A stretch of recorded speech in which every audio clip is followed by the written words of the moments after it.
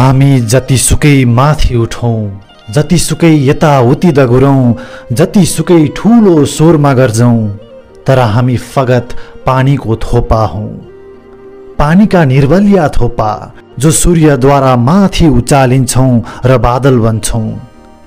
हावाको इशारामा यताउति दगुर्छौं र आफूलाई गतिशील भन्ठान्छौं। अनि एकचोटि माथि पुगेपछि हामी आफ्नो धरतीलाई बिर्सन्छौं र आफ्नो धरतीलाई, खोलालाई, बगरलाई उपेक्षापूर्वक पालिएका कुकुर झ्यालबाट गल्लीका कुकुरहरूलाई हेरेर भुके झैं हामी भुक्तछौं र आफ्नो कुकुर भुकाइलाई गर्जन भन्ठान्छौं। अनि अन्त्यमा एक दिन बर्सेर चकनाचुर हुन्छौं र फेरि परिणत हुन्छौं पानीका थोपाहरूमा, निर्बलिया थोपाहरूमा, र कुनै इनार, खाडल वा पोखरीमा कुहिएर बिताउँछौं बाँकी जीवन। टर्र टर्र टरटराउने घिनलाग्दा भ्यागुत्ताहरू पालेर, विष नभएका साँपहरू अँगालेर। हामी जतिसुकै माथि उठौं, जतिसुकै यताउति दगुरौं, जतिसुकै ठूलो स्वरमा गर्जौं, तर हामी भित्रभित्रै खोक्रो छौं। हाम्रो उठाइको कुनै महत्त्व छैन, हाम्रो दगुराइको कुनै लय छैन, हाम्रो गर्जनको पानीमा फालिएको अगुल्टोको छ्वाई भन्दा बढी वजन छैन।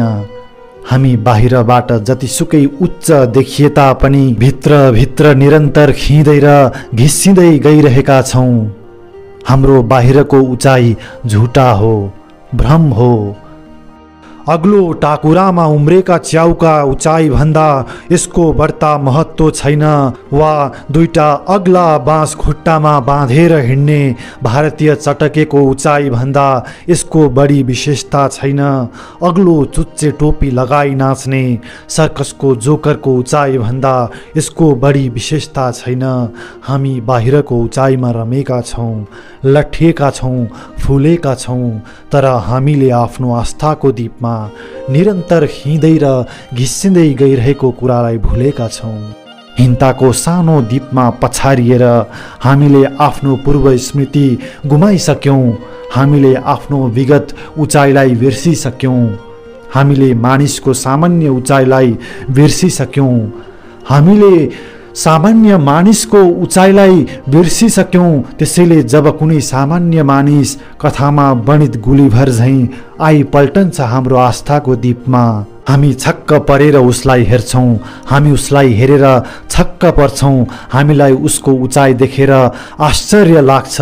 हामीलाई आफ्नो पुड्काइ देखेर डर लाग्छ र त हामी आफ्नो हीन भावनाका सियो जत्रा ससाना हतियारहरूको उसमाथि प्रहार गर्छौं। उसको अङ्ग प्रत्यङ्गमा चढ्छौं, उफ्रन्छौं, टोक्छौं, चिमोड्छौं र अन्त्यमा थकित भएर तल ओर्लन्छौं, शान्त हुन्छौं, समर्पित हुन्छौं र कुनै ठुलो चट्टान माथि उर्लेर समुद्रको छालले तल ओर्लेर त्यसको पाउ पखाले झैं हामी पुज्न थाल्दछौं त्यो साधारण मानवलाई महान भनेर।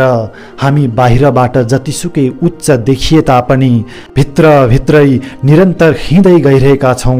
हामी लिलिपुटका मानव हौं, हामी लघु मानव हौं। हामी आफू खुसी कहिल्यै मिल्न नसक्ने, कसैले मिलाइदिनु पर्ने, हामी आफू खुसी कहिल्यै मिल्न नसक्ने, कसैले मिलाइदिनु पर्ने, हामी आफू खुसी कहिल्यै छुट्टिन नसक्ने, कसैले छुट्याइदिनु पर्ने, हामी आफू खुसी कहिल्यै अगाडि बढ्न नसक्ने, कसैले पछाडिबाट हिर्काउनु पर्ने, हिँडाउनु पर्ने। हामी रङ रोकन छुटेका, टुटेका, फुटेका पुरानो क्यारम बोर्डका गोटी हौं। एउटा मनोरञ्जक खेलका सामग्री, एउटा खेलाडी माथि आश्रित, आफ्नो गति हराएका एउटा स्ट्राइकरद्वारा सञ्चालित हो। हामी मानिस कम र बर्ता गोटी हौं। हामी वीर छौं र त बुद्धु छौं। हामी बुद्धु छौं र त हामी वीर छौं। हामी बुद्धु नभइकन वीर कहिल्यै हुन सकेनौं। हामी महाभारतको कथामा वर्णित एकलव्य हौं। प्रत्येक पिँढीको द्रोणाचार्यले हामीलाई उपेक्षा गर्छ, हामीलाई ज्ञान दान गर्नबाट इन्कार गर्छ मान्न हाम्रो योग्यतालाई, शक्तिलाई र अस्तित्वलाई। तर हामी तिनै द्रोणाचार्यको मूर्ति बनाउँछौं आफ्नो झुप्रो अगाडि। त्यसलाई पुच्छौं, ढोक्छौं, निरन्तर धनुर्विद्याको अभ्यास गर्छौं र द्रोणाचार्यका अन्य कुलीन चेलाहरू भन्दा बढी कुशलता प्राप्त गर्छौं। तर हाम्रो कुशलतादेखि आश्चर्यचकित र भयभीत भई प्रत्येक पिँढीमा द्रोणाचार्य हामी कहाँ आउँछ र गुरु दक्षिणा माग्छ र हामी सहर्ष उसको इशारामा आफ्नो बुढी औँला काटेर उसलाई भेटिदिन्छौँ, आफ्नो अस्तित्व मेटेर उसलाई समर्पित गर्छौँ र मक्ख पर्छौँ आफ्नो गुरुभक्तिमाथि, आफ्नो आत्मशक्तिमाथि। त्यसैले त हामी वीर त छौँ तर बुद्धु छौँ, हामी बुद्धु छौँ र त हामी वीर छौँ। हामी बुद्धु नभइकन वीर कहिल्यै हुन सकेनौँ, हामी कसैको मूर्ति स्थापना नगरिकन वीर कहिल्यै हुन सकेनौँ। हामी पाइताला हौँ, केवल पाइताला र फगत पाइताला। पाइताला जसको भरमा शरीर उभिन्छ, पाइताला जसको आधारमा शरीर हिँड्छ, पाइताला जसको भरोसामा शरीर दगुर्छ, पाइताला जो भन्ठान्छ कि शरीरले कृपा गरेर उसलाई पालिरहेछ, दया गरेर उसलाई सँगसँगै हिँडाइरहेछ।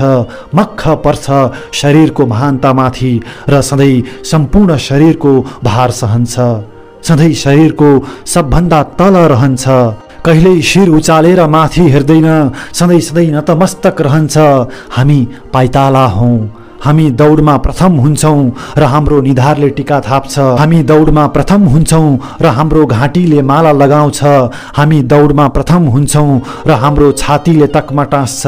हाम्रो टिका थाप्ने निधार अर्कै छ, हाम्रो माला लाउने घाँटी अर्कै छ, हाम्रो तकमा टाँस्ने छाती अर्कै छ। हामी त फगत कसैको इशारामा टिक्ने, हिँड्ने र दगुर्ने पाइताला हौँ, केवल पाइताला र फगत पाइताला। हामी केही पनि होइनौँ र सायद त्यसैले केही हौँ कि?